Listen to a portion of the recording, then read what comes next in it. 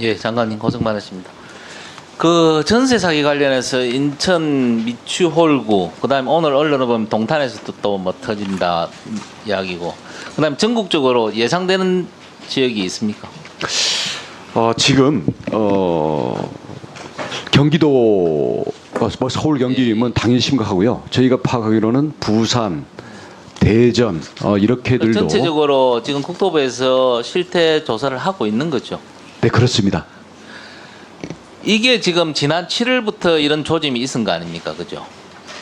작년 7월부터 이런 조짐이 있은 거 아니냐? 그렇습니다. 전세 사기에. 근데 정부에서 4차례에 걸쳐서 대책을 마련했다고 발표를 했습니다. 네. 그러면 그 대책이 과연 실효가 있었겠느냐? 한번 자문을 해보시죠. 단속과 예방은 잘 작동하고 있다고 보고요. 이미 벌어진 피해에 대한 지원과 회복, 이 부분에 대해서 미흡한 점이 있었던 것은 사실입니다. 그래서 이제 아까 우리 야당 의원님께서도 말씀이 뭐냐면 자꾸 우리 장관님이 단속을 말씀을 하시거든요. 단속은 국토부 소관 뭐 부차적인 문제라고 저는 봅니다. 어떻게 하면 이 저희들이 부분은- 정보를 제공을 해야 예. 단속이 진행이 됩니다. 그래서 지금 그러면 이 전세 사기가 발단하게 된 주요 원인은 뭐라고 보십니까? 진단을 해야 원인을 진단해야 대책이 나올 거 아닙니까? 여러 가지가 있는데요. 집값 폭등, 전세값 폭등, 그리고 이 전세값을 폭등시킨 것은 임대차 시장에 당시에 충격을 줬던 무리한 입법들과 예. 그리고 이 선심 정책성 보증금에 대한 무제한 대출 이런 게 되다 보니까 사기꾼들에게 먹잇감을 던져준 거죠. 그리고 아무런 대책과 경고음 없이 방치해 온 것이 2년 지나서 지금 터지고 있는 거라고 저희는 보고 있습니다. 자, 그러면 이와 관련해서 이제 대책을 마련해야 될 거 아닙니까? 그죠? 그럼 장관님 말씀을 보면 저는 조금 추격이 전도된 부분이 있어서 하나 좀 지적을 좀 하고 싶은데, 장관님이 지금 강조하시는 분이 뭐냐면 찾아가는 피해 지원 서비스를 강조를 많이 하십니다. 그죠? 이거 우리 어떻게 구성, 국토부가- 일단 이거는 어떻게 구성이 되어 있습니까? 이미 피해 지원 센터가 있는데 이 부분 찾아오지도 못하는 분들에게 그러니까 심리 전문가, 그다음 우선 법률 상담, 법률 상담. 법률 상담했을 때는 소송 비용 때문에 포기하면서 다시 좌절한다 그래서 저희가 소송 수행도 지원하려고 하고요. 다음 심리 상담. 그래서 만약에 정신과적인 약물 처방까지 필요하다면 다시 정신과 전문의들에게 연결시키는 이런 후속 서비스도 현재 저희들이 준비를 하고 있습니다. 근데 이게 과연 실질적인 대책이냐 이거죠. 저는 이건 실질적인 대책은 아니다. 이건 형식적인 대책이죠.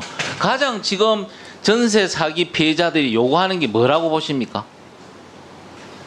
내 심리 안정 좀 시키다. 내 법률 자문이 좀 해달라. 이 이야기는 아닐 거라 아닙니까? 가장 우리 전세 사기 피해자들이 요구하는 게 뭐냐는 거죠. 결국 보증금을 건질 수 있도록 해달라는 거죠. 그렇죠. 예. 그게 가장 실질적인 대책안을 마련하는 것 아닙니까? 그러면 그렇게 하기 위해서는 과연 어떻게 하고 있느냐. 지금 여러 가지 고민을 하시겠죠. 그래서 예. 우선 면제 금액은 그나마 위안들이 되는데요. 예. 그 부분도 소급이 안 되는 권리관계의 제약이 있어서 예, 예. 이번 피해자들 경우에는 너무나 안타까운 경우고요. 앞으로도 근데 이 부분이 과연 이 금액을 지금 사기꾼들이 호화 변호인단을 동원하면서 재산을 숨겨놓고 있는 것 같고요. 좋습니다. 그건 좋습니다. 제가 네. 그걸 여쭤보려고 한 건 아니고, 그래서 여러 가지 뭐 경약 자금 저리 대출이라든지 경매 우선 매수권을 달라든지 공공 매입을 하는 여러 가지 방안이 나오지 않습니까? 이 방안에 대해서 지금 전세 사기의 컨트롤 타워가 어느 부처라고 생각하십니까? 국토부입니다. 국토부죠. 네.